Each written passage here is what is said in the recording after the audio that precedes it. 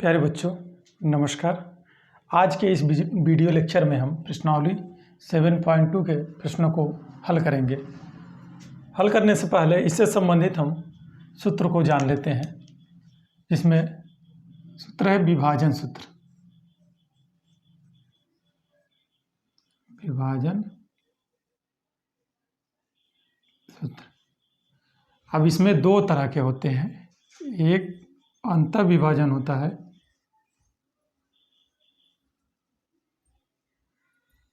और दूसरा बाह्यतः विभाजन।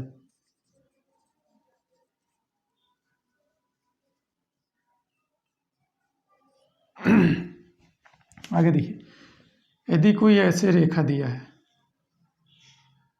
ये भी मान लेते हैं कि रेखाखंड है, ठीक है।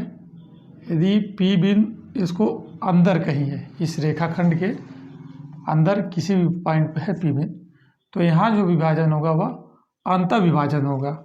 यदि रेखाखंड ऐसे दिया हुआ है A B और यह P बिंदु इसको बाहर से कहीं विभाजित करता है, तो यहाँ बाह्यतः विभाजन होगा, ठीक है।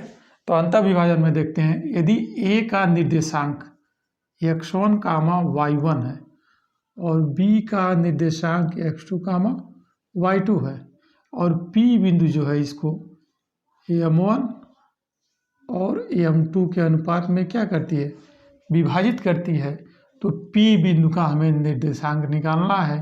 तो मान लेते हैं x, y है, तब P बिंदु का निर्देशांक हो जाएगा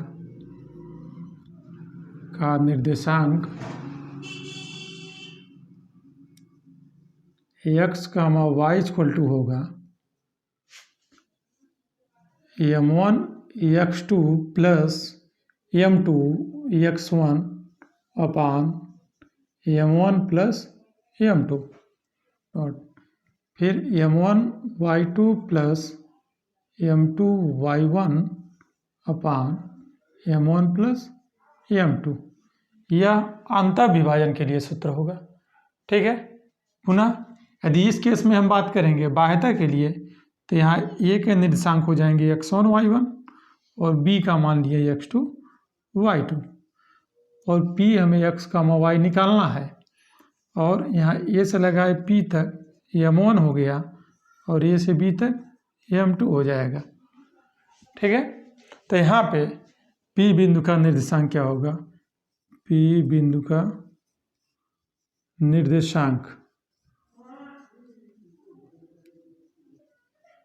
यानी x, y इक्वल टू हो जाएगा m1 x2 minus m2 x1 अपान m1 माइनस m2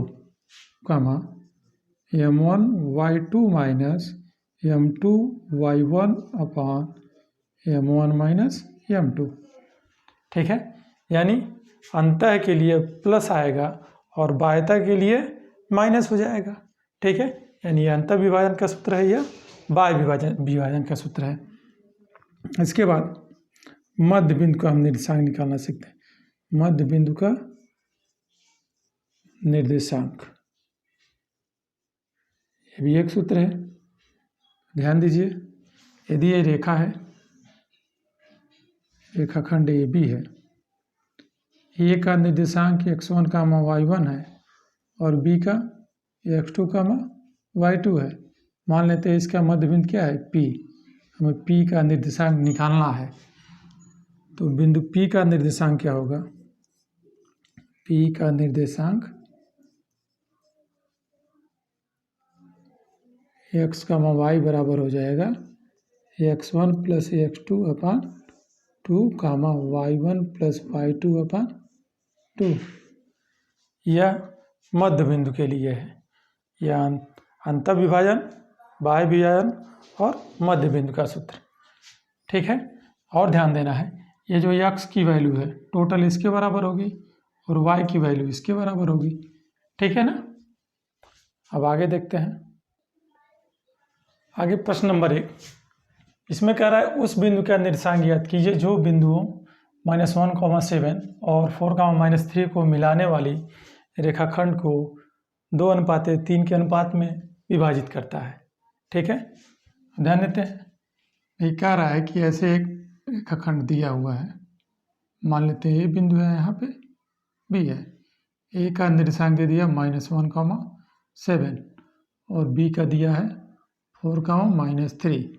इसमें कोई एक तीसरा बिंदु पी है जो इसे क्या कर रहा है, 2 संबंधित 3 के अनुपात में विभाजित कर रहा है। ठीक है, तो हम पी को क्या मान लेते हैं, x, y मान लेते हैं। माना और बिंदु पी x, y है। ठीक है, और ये जो हो जाएगा -1,7, यह हो गया x1, y1, और बी बिंदु हो गया 4, -3, इसको मान लेंगे x2, y2, और m1 m2 हो जाएगा 2 संबंध 3। हमें P बिंदु निकालना है।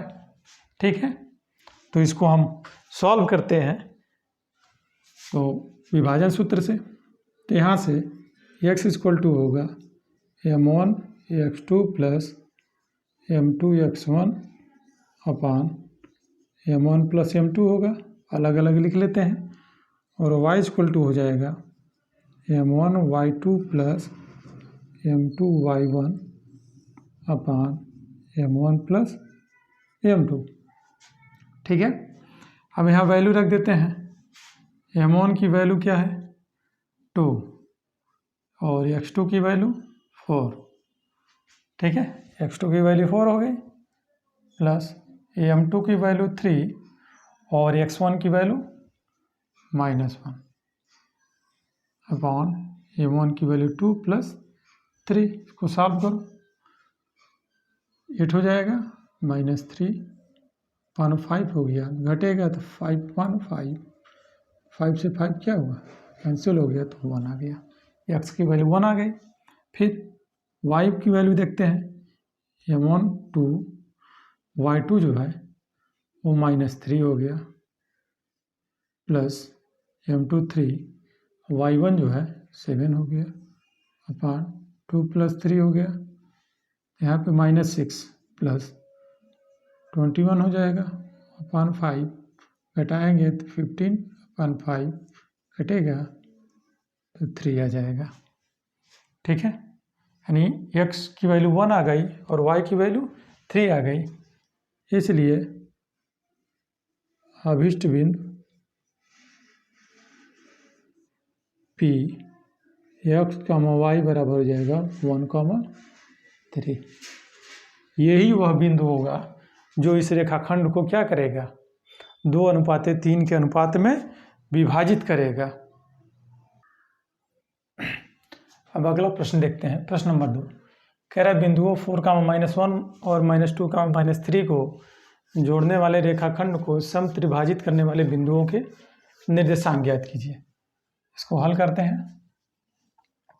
भी मान लेते हैं रेखाखंड दिया हुआ है, बोला है ये रेखाखंड है AB, ए का निर्देशांक दिया है 4, -1 और B का दिया है -2, -3।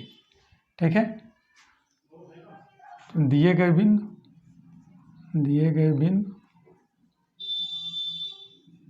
A 4, -1 तथा B -2, -3 है। ठीक है, ये 2 बिंदु दिया हुआ है। आगे हम मान लेते हैं, माना रेखाखंड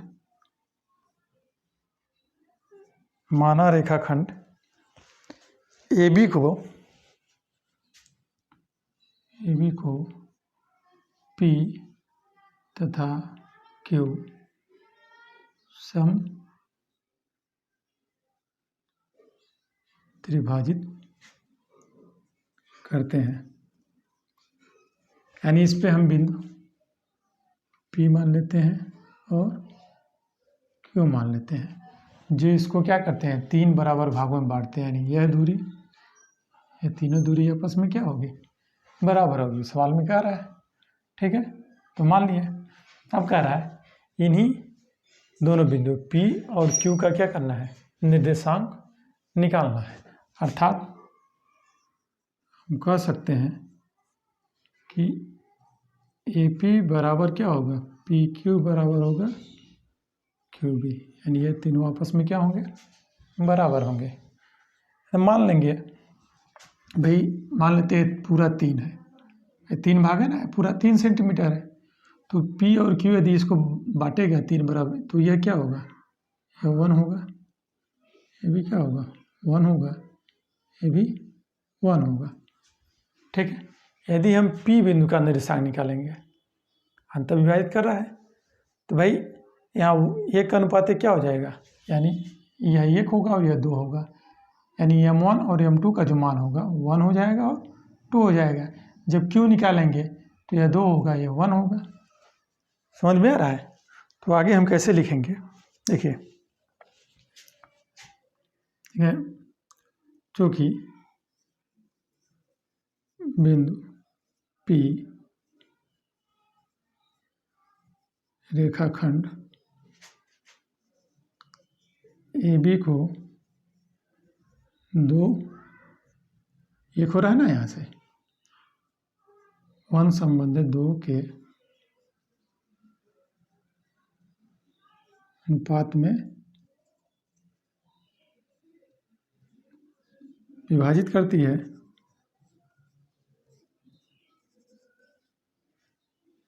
तथा P बिंदु का निर्देशांक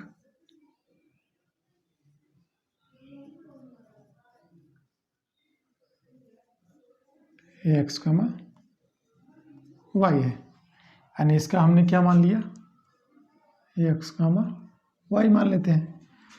तो क्या हो जाएगा भाई, P बिंदु का हम निर्देशांक निकालेंगे, तो P बिंदु के लिए यह M1 होगा, यह M2 होगा, ठीक है। तो x की वैल्यू क्या हो जाएगी, तो x इक्वल टू हो जाएगा M1 x2 plus M2 x1 upon M1 plus M2, यही होगा, ठीक। और y की वैल्यू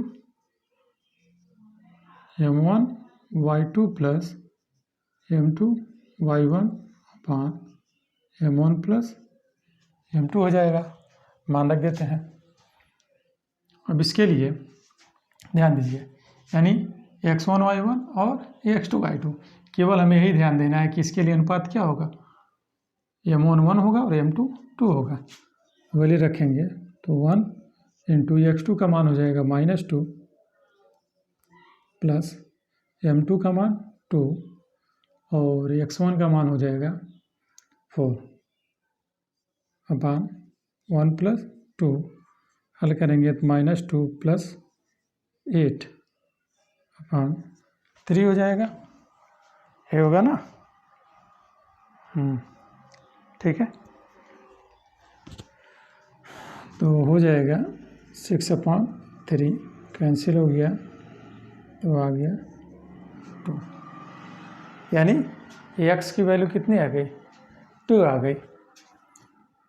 और y इक्वल टू देखते हैं, यहाँ पे M1 की वैल्यू कितनी है, 1, y2 की वैल्यू -3 प्लस M2 की वैल्यू 2, y1 की वैल्यू -1 अपॉन 1 प्लस 2 हो जाएगा, -3 -2 अपॉन क्या होगा 3, यानी -5/3, यानी x की वैल्यू आ गई 2 और y की वैल्यू आ गई -5/3, यानी P बिंदु का निर्देशांक हो जाएगा, P बिंदु का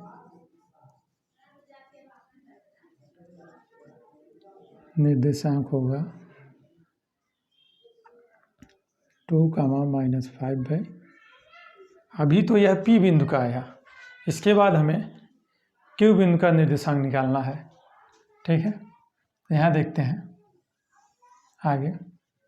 अब देखिए क्यू बिंदु के लिए यही अनुपात जो है, अब यहाँ पे ध्यान देना है भाई। अब पी बिंदु के लिए अनुपात 1:2 हो गया था, लेकिन क्यू के लिए यह यहाँ से होगा, यानी इधर 2 होगा, इधर 1 होगा, ठीक है।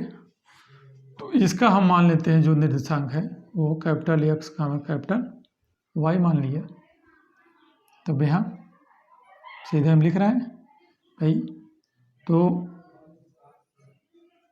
क्यू बिंदु का निर्देशांक हमने मान लिया क्या, कैपिटल एक्स कैपिटल वाई है। तो x इक्वल टू हो जाएगा m1 x2 plus m1 m2 x1 अपान m1 प्लस m2, और y की वैल्यू हो जाएगी m1 y2 plus m2 y1 अपान m1 प्लस m2, ठीक। अब वैल्यू रख देते हैं।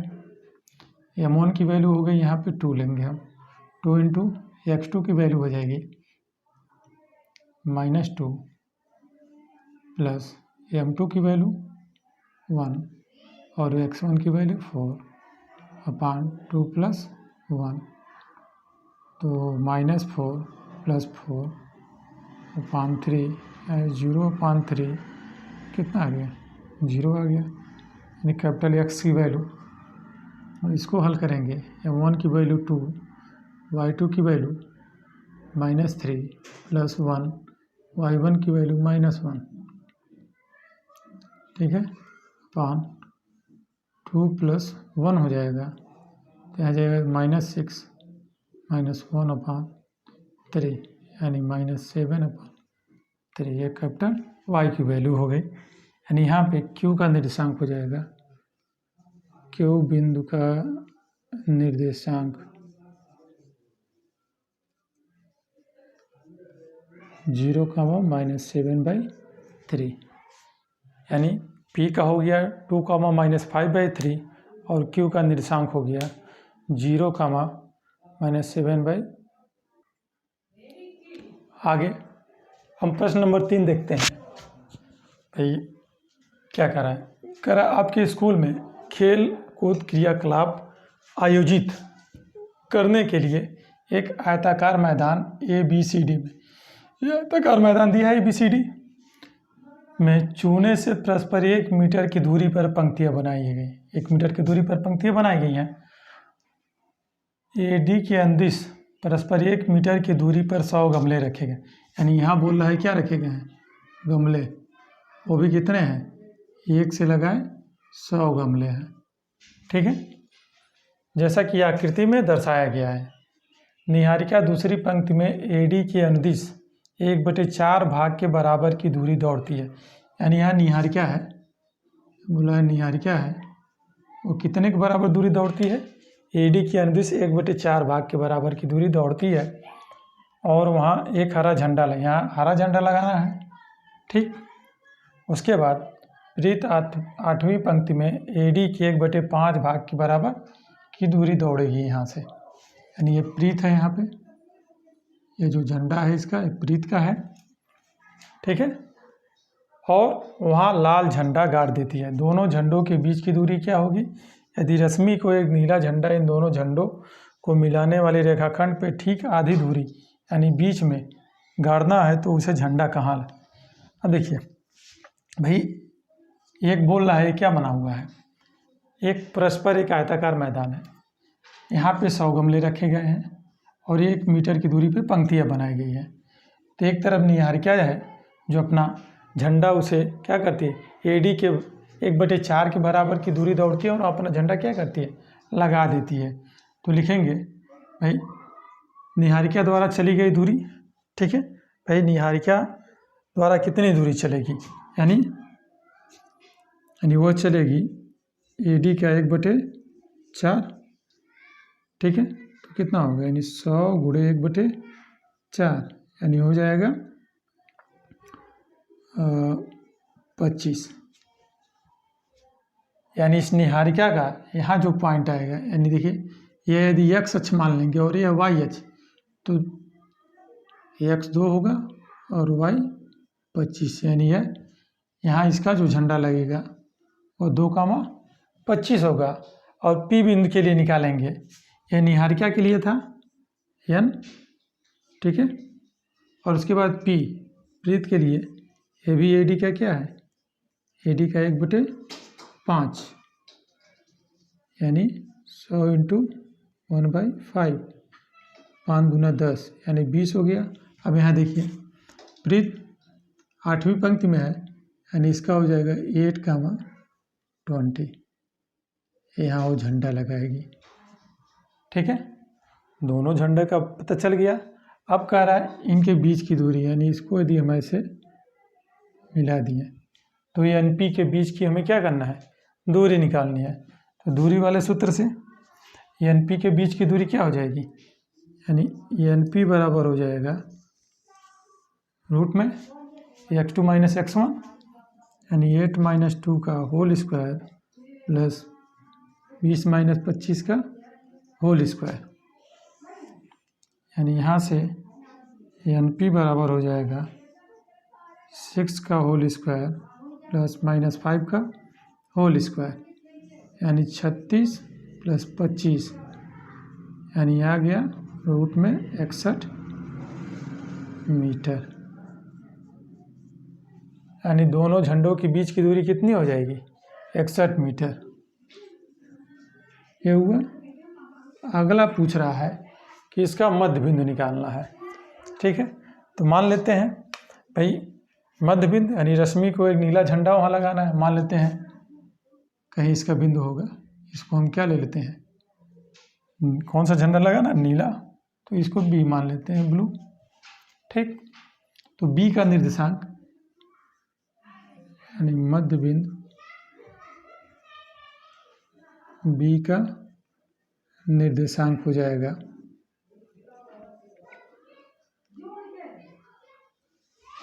तो x1 + x2, 2 + 8/2, 25 + 20/2, कितना आ गया, 10/2, 45/2, 2 × 5 = 10, या 22.5, यानी आ गया 5, 22.5। यानी रश्मि जहाँ झंडा लगाएगी वह जो होगा वह 5वीं पंक्ति में, यानी 5वीं पंक्ति में और 22.5 मीटर पे, यही क्या होगा, आंसर होगा। अब अगला प्रश्न, प्रश्न नंबर 4, बिंदुओं -3, 10 और 6, -8 को जोड़ने वाले रेखाखंड को बिंदु -1, 6 किस अनुपात में विभाजित करता है, ठीक है। यानी यह अनुपात निकालना है, यानी M1 और M2 का मान निकालना है, ठीक है। तो यहाँ पे ये रेखाखंड हम देख लेते हैं। ऐसे कह रहा है कि ये रेखाखंड है AB, A का मान लेते हैं दिया है -3, 10 और B दिया है 6, -8। कह रहा है इसको जो बिंदु है P जो है -1, 6, यानी यह P बिंदु जो है इसको किस अनुपात में विभाजित करता है, यानी M1 और M2 निकालना है, ठीक है। हल करते हैं, देखेंगे दिए गए बिंदु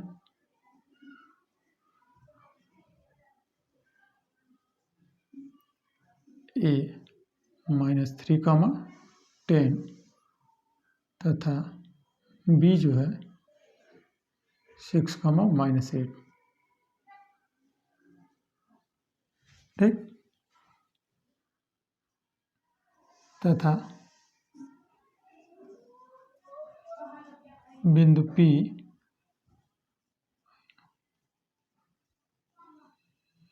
रेखाखंड AB को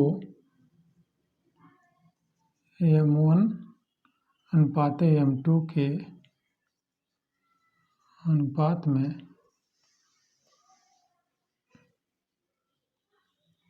विभाजित करती है। यानी हमने क्या मान लिया, यह जो बिंदु P है वह AB रेखाखंड को M1 अनुपात m2 के अनुपात में क्या कर रही है, विभाजित कर रही है। ठीक है, तो विभाजन सूत्र से जब हम देखेंगे तो भाई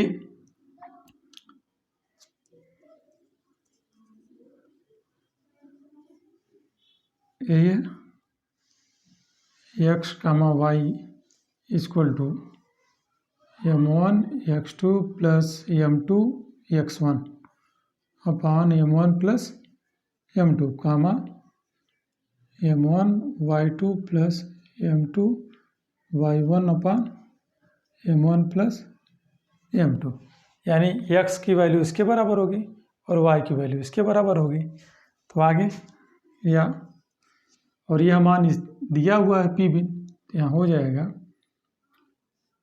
-1,6 इक्वल टू m1 की वैल्यू लिखते हैं, तो m1 की वैल्यू है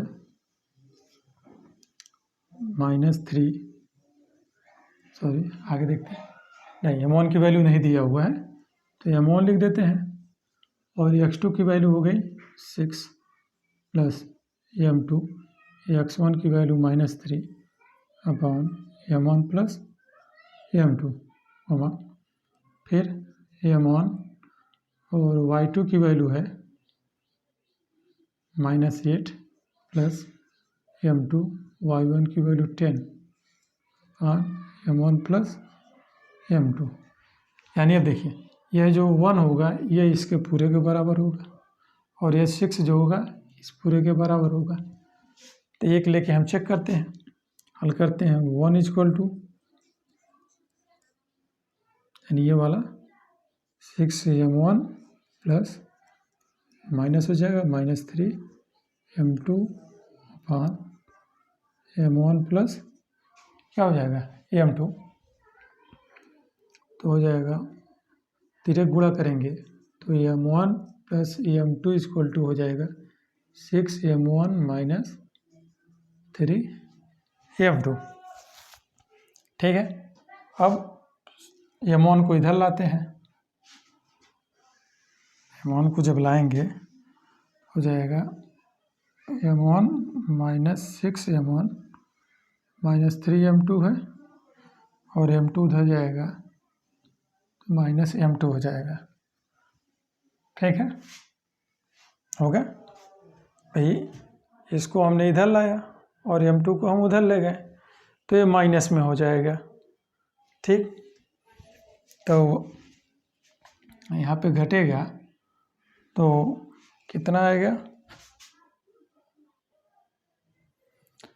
देखिए यहाँ पे थोड़ा सा ध्यान दीजिए, ये -1 है ना, तो -1 है लिख दिए तो ये माइनस में हो जाएगा। थोड़ा सा इसमें चेंजिंग -1 है तो गुणा करेंगे -m1 minus m2 equal to 6m1 minus 3m2 हो जाएगा। ठीक है, तो आगे भाई अब ये 6m1 इधर आएगा तो -m1 minus 6m1 equal to -3m2, उधर गया तो प्लस में हो गया। ठीक, तो हो जाएगा -7m1 इक्वल टू -2m2, इससे क्या हुआ कैंसिल हो गया, यानी 7m1 बराबर 2m2 या m1 upon m2 equal to 2/7 या m1 संबंध m2 बराबर हो जाएगा संबंध 7। ठीक है, यदि हम 6 के बराबर इसको भी लेके हल करेंगे तो भी m1 और m2 का अनुपात आएगा 2/7। ठीक है, यदि आप लोगों को मेरा वीडियो पसंद आया हो तो इसे सब्सक्राइब करिए, दोस्तों के साथ शेयर करिए। धन्यवाद।